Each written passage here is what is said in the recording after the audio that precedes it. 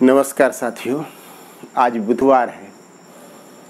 एक बुधवार के गैप के बाद आज मैं फिर से कहानी डाल रहा हूँ अपने YouTube channel astrology based on लघु पाराशरी पर। मैं राजेंद्र आप सबका स्वागत और अभिनंदन करता हूँ अपने चैनल पर। कहानी एक गांव की है जो एक नदी के किनारे बसा हुआ था। उस गांव में फिजिक्स के एक प्रोफेसर थे। गांव के दूसरी तरफ एक कस्बा था। कस्बे में वो विद्यालय था जहां प्रोफेसर साहब पढ़ाते थे फिजिक्स। बरसात के दिन चल रहे थे। उसी बरसात में एक सेमिनार का आयोजन किया गया था उनके विद्यालय में। आसपास के तमाम विद्यालयों, दूसरे डिस्ट्रिक्ट्स के भी विद्यालयों से प्रोफेसर्स आए हुए थे, अध्यापक आए हुए थे, छात्र भी आए हुए थे। प्रोफेसर साहब ने आर्किमिडीज के प्रसिद्ध सिद्धांत की बहुत सरल शब्दों में व्याख्या की उस सेमिनार में। विषय रखा, वस्तुएं तैरती क्यों हैं? कोई वस्तु पानी पर क्यों तैरती है जबकि दूसरी डूब जाती?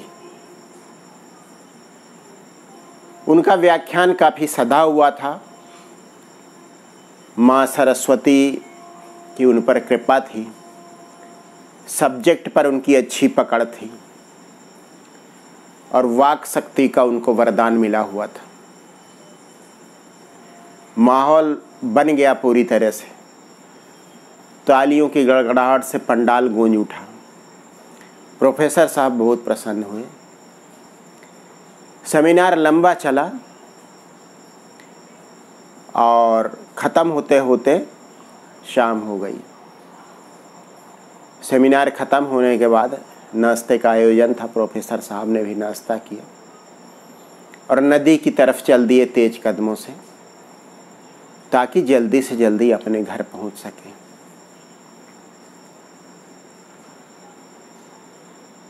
उनके विद्यालय आने और दोबारा वापस होने के बीच बहुत भयंकर बरसात हुई थी। उस बरसात, एक ही दिन की बरसात ने उस बरसाती नदी को लबालब भर दिया था। प्रोफेसर साहब जब तक नदी के किनारे पहुंचते हल्का सा अंधेरा हो गया था। दूर दूर तक ना तो किसी नाव का पता था ना मल्लाह का पता था। देखते रहे। थोड़ी देर बाद उन्हें एक नाव दिखाई दी। अपनी पूरी ताकत से वे चिल्लाए, आ जाओ और मुझे उस पार पहुंचा दो। नाविक तक आवाज़ पहुंच गई। उस समय भी तूफान आ रहा था, तेज हवाएं चल रही थी, लेकिन फिर भी नाविक आ गया किनारे। प्रोफेसर साहब नाव में बैठे और बरसात की वजह से जो पानी भरा था नदी में, जिसने लहरों को बहुत भयंकर बना दिया था और तेज हवा उसे और ज़्यादा भयानक बना रही थी, उसके बीच नाव धीरे धीरे दूसरे तट की तरफ चल पड़ी। प्रोफेसर साहब बहुत खुश थे।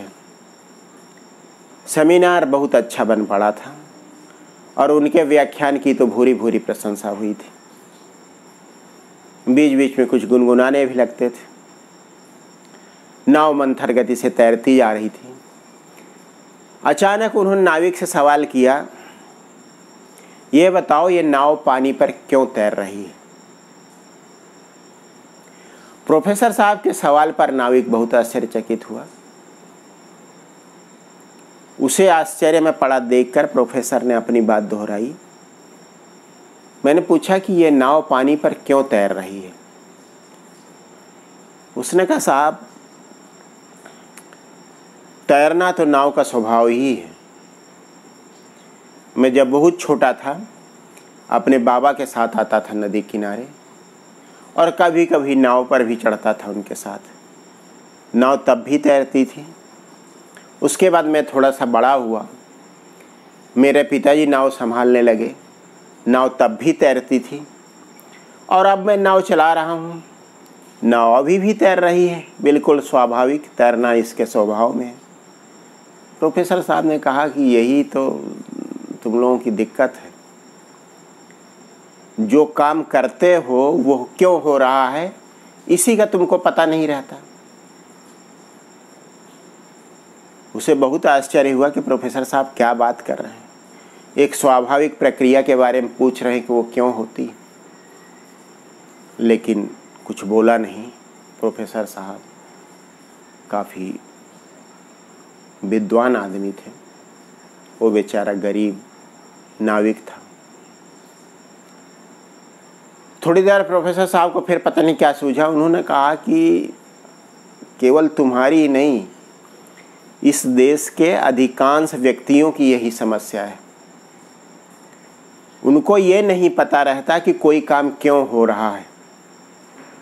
चांद, तारे, ये धरती, ये सब कैसे पैदा हुई, सूरज कैसे प्रकाश दे रहा है, चंद्रमा के प्रकाश में क्यों शीतलता है, धरती से क्यों चीज़ें उपजती हैं, पानी क्यों बहता है, हवा क्यों चलती है, और कोई पेड़ छोटा कोई बड़ा क्यों होता है। किसी भी चीज़ के बारे में ये सब लोग नहीं सोचते हैं। और ये इसी फ़र्क ने हमें विदेश के तमाम देशों के मुकाबले, अमेरिका के मुकाबले, यूरोपीय देशों के मुकाबले बहुत पीछे ढकेल दिया है। नाविक चुप रहा, उसे अपने पे शर्म आ रही थी। आज से पहले उसने ऐसी बातें नहीं सुनी थी। उसे अच्छा लग रहा था कि कोई ज्ञान वाला व्यक्ति उसकी नाव पर बैठा हुआ है, और आत्मग्लानि भी हो रही थी कि उसे कुछ भी नहीं पता इन सब विषयों के बारे में। थोड़ी देर बाद पानी का बहाव और तेज हो गया, हवा भी और तेज हो गई। देखते देखते तूफान आ गया और उसकी नाव, नाविक की, उसी तूफान में उलट गई। नाविक अपनी नाव की चिंता छोड़कर पानी में कूद गया। प्रोफेसर साहब भी पानी में गिर गए। नाविक तैरते हुए दूसरे तट की ओर चल दिया। तेज प्रवाह में, इतनी तेज हवा में, तूफान में तैरना आसान नहीं था, लेकिन बचपन से ही उसकी आदत थी इस तरह के खतरों से खेलने की। प्रोफेसर साहब डूबने उतराने लगे उस पानी में, लेकिन नाविक को पूरा विश्वास था कि प्रोफेसर साहब को किसी सहारे की ज़रूरत नहीं है, क्योंकि उनको तो ये भी पता है कि कोई वस्तु क्यों तैरती है, जो उसे भी नहीं पता, फिर भी वो तैर ले रहा है। तैरते तैरते जब वो थोड़ा सा और आगे गया, एक तेज पानी की लहर आई और उस पानी की लहर ने अनायास ही उसके शरीर को पूरा का पूरा 180 डिग्री मोड़ दिया। और जब उसका शरीर 180 डिग्री मुड़ा तो उसने देखा कि प्रोफेसर साहब तो अब गए तब गए। वो बिल्कुल डूबने वाले थे। नाविक तेजी से उनकी तरफ बढ़ा, उनके पास पहुंचा, उनकी बाँह पकड़ी और वापस फिर से दूसरे तट की ओर तैरने लगा। किसी तरीके से खुद और प्रोफेसर साहब दोनों लोग किनारे पहुँचे। किनारे पहुँचने के बाद उसने प्रोफेसर साहब को खींच के पानी से निकाला और काफ़ी पानी प्रोफेसर साहब के पेट में और लंग्स में भर चुका था। उसने उनका पेट दबाया और छाती दबाई, पानी निकाला, तब उनकी तबीयत में थोड़ा सुधार हुआ। आसपास से लकड़ियाँ गीली थीं, लेकिन फिर भी किसी तरीके से उसने सुलगाया।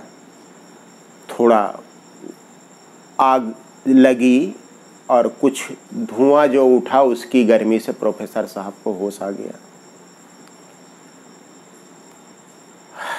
अब प्रोफेसर साहब के लज्जित होने की बारी थी और नाविक तो आश्चर्यचकित था ही। फिलहाल उसने थोड़ा सा और इंतज़ार किया जो कुछ उसके पास खाने पीने का था, जो सुबह लेके वो चला था और ख़राब नहीं हुआ था, उसने प्रोफेसर साहब खिलाया। धीरे धीरे प्रोफेसर साहब सामान्य हुए। नाविक थोड़ा आश्चर्य से और अंदर ही अंदर हास्य से भरा हुआ उसने धीरे से पूछा, साहब आपको तो यह भी पता था कि कोई वस्तु पानी पे क्यों तैरती है? अगर मुझे ये पता होता कि आप नहीं तैर पाए होंगे तो शायद आप इतने कष्ट में न पड़ते।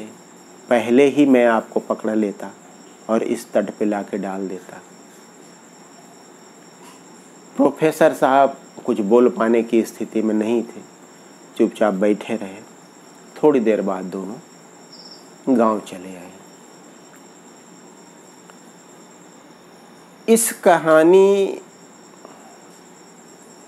के कई सबक हैं, जिसमें से पहला सबक यह है कि केवल सैद्धांतिक ज्ञान से यह दुनिया नहीं चल सकती। केवल सैद्धांतिक ज्ञान के सहारे रहने वाला व्यक्ति अपने जीवन में कभी भी किसी बड़ी विपत्ति में फंस सकता है। दूसरा सबक यह है कि बिना किसी सिद्धांत के जीवन जीने वाला व्यक्ति जीवन जी लेगा, लेकिन उसे बहुत ज़्यादा श्रम करना पड़ेगा और कठिनाइयों का सामना करना पड़ेगा। तीसरा सबक यह है, यदि सिद्धांत के इस्तेमाल से, उसके प्रयोग से सिद्धांत के कोई प्रैक्टिकल किया जाए, कोई प्रयोग किया जाए और कुछ ऐसा बनाया जाए जो पूरी मानव जाति की, पूरी मानवता की सहायता कर सके, तब वह सिद्धांत का सही उपयोग होगा। उदाहरण के तौर पर इस सिद्धांत का उपयोग कि कोई वस्तु पानी पर क्यों तैरती है, जब नाव बनाने में किया गया, जब जहाज बनाने में किया गया, जब स्टीमर बनाने में किया गया, तब उसने आदमी की जल मार्ग की तमाम बाधाएं समाप्त कर दी। और जब जहाज और स्टीमर की बात आई तो उसमें फिर एक सिद्धांत और लगाना पड़ा। पहला तो ये सिद्धांत कि कोई वस्तु पानी पर क्यों तैरती है, उस सिद्धांत का सही प्रयोग, और दूसरा ये कि ऊर्जा को पदार्थ में बदला जा सकता है, पदार्थ को ऊर्जा में बदला जा सकता है। चाहे जहाज हो, चाहे स्टीमर हो, उसमें जो पेट्रोल पड़ता है, जो डीजल पड़ता है, या जो भी ईंधन पड़ता है, वह ईंधन जब जलता है तब उससे एक ऊर्जा प्राप्त होती है और वो ऊर्जा उस जहाज को या उस स्टीमर को चलाती। साथ ही साथ काम करता है वस्तुओं के तैरने का सिद्धांत। एक और सबक और आखिरी सबक, प्रकृति अचानक हमारी किसी भी व्यवस्था को ध्वस्त कर सकती है। बस आज की कहानी मैं यहीं ख़त्म करता हूँ। आप सबका बहुत बहुत धन्यवाद। आपने मेरी कहानी धैर्य से सुनी। मेरे चैनल को सब्सक्राइब करें, लाइक करें और शेयर अवश्य करें। एक बार फिर से धन्यवाद।